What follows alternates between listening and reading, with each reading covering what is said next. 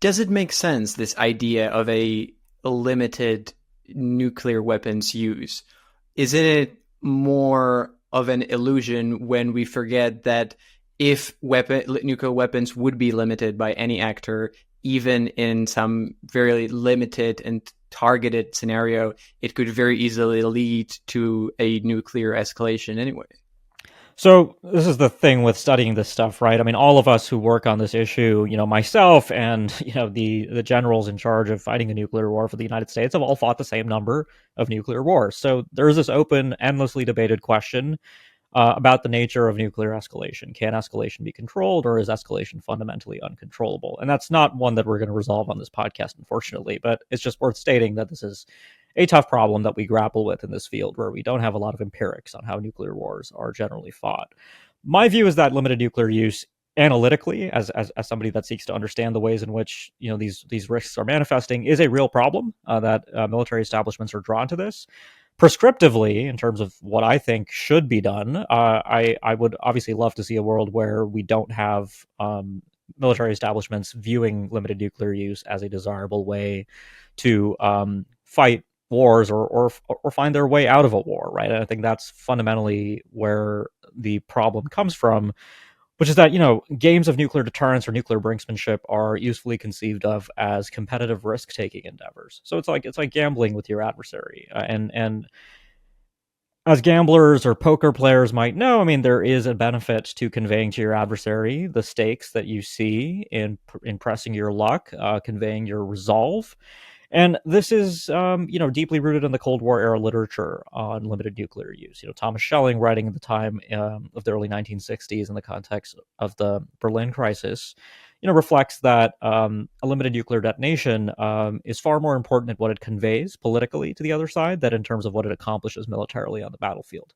And this is exactly the kind of discussion we've had over Ukraine, right? I mean, would Vladimir Putin be willing to use nuclear weapons over Ukraine to demonstrate just how much greater his stakes are in accomplishing his military goals vis-a-vis the goals of NATO, for instance, right? And so that is the essential logic of limited nuclear use. It is about signaling, it is about conveying to the other side that the stakes for you are so great that you're willing to cross the nuclear threshold, you're willing to invite the other side to walk over the brink with you towards Armageddon. And that is really powerful because in the United States, for instance, only the president of the United States can make the decision to use nuclear weapons, either first or in retaliation. And if the president of the United States observes an adversary use a nuclear weapon in a limited way, that person, who probably isn't a nuclear strategist or steeped in anything like deterrence literature, may be fundamentally humbled by that possibility, right? And I think we see this a lot in the historical record too, with how real world presidents from Kennedy to Reagan, even on the Soviet side, someone like Brezhnev, Khrushchev in the context of the Cuban Missile Crisis, even today, Joe Biden, the ways in which he's talked about nuclear risks in the context of Ukraine.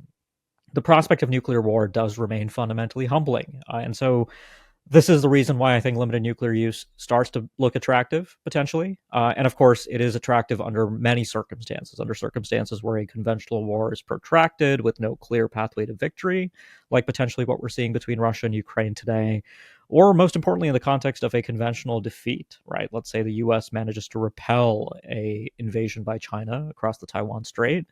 Could Chinese leaders view limited nuclear use as a ways to snatch victory from the jaws of defeat, essentially, right? To try to make a desperate last second play to convey to the United States that China is willing to take exceptional risks. So, these are some scenarios more far fetched than others. But this is, I think, a defining feature of what we're likely to be concerned with, right? Big difference with the Cold War, where a lot of thinking about nuclear war and escalation really was concerned with those big intercontinental warfare scenarios where you have massive exchanges between the United States and the Soviet Union. I don't think anybody really working on nuclear war or nuclear risks today really thinks that that is how a nuclear war would begin in the 21st century. Most likely, a nuclear war would begin with limited use rising out of an intense conventional crisis or a conventional war.